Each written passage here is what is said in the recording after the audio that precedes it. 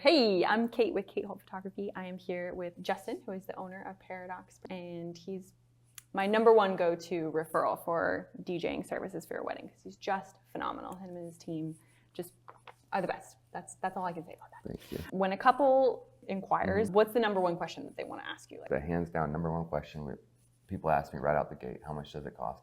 And we are really transparent about that. You can see that information on our website. But because every wedding is unique, we custom quote everything. So it's so important that we actually get to have a conversation and kind of pick people's brain to figure out what their vision is and ultimately designed on their wedding and their wedding alone.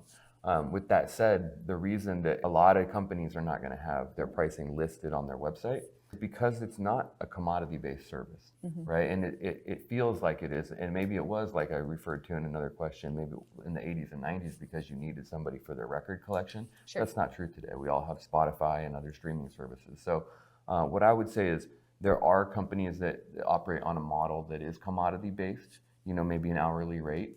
And would make sense to kind of put that on the website or just ask for that up front. But if you really are searching for somebody that's going to create an experience for you and your guests that is unlike any that they've ever have experienced or ever will, ultimately what you're searching for is an artist, right?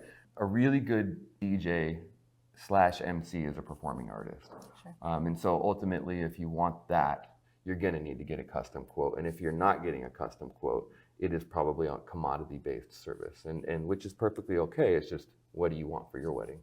Yeah, that makes sense. And I think that is like the way you phrase that versus like commodity versus artistry is really the dividing line that I see with you, your company, and specifically you exactly, like personally DJing or MCing, because it is the difference between just like someone that's there to play the music versus someone's there to create a whole experience for your guests and the party vibe. 100%.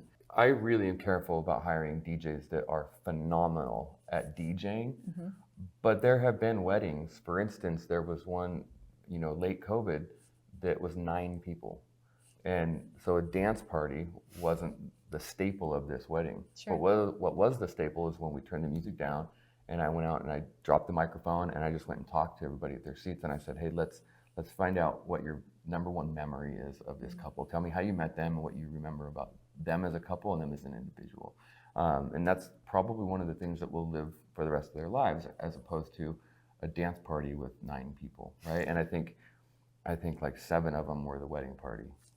So I don't know, I went off on a little bit of a sidetrack there, but ultimately that's what you want to look for and why it's so hard to price that out, because we didn't need equipment.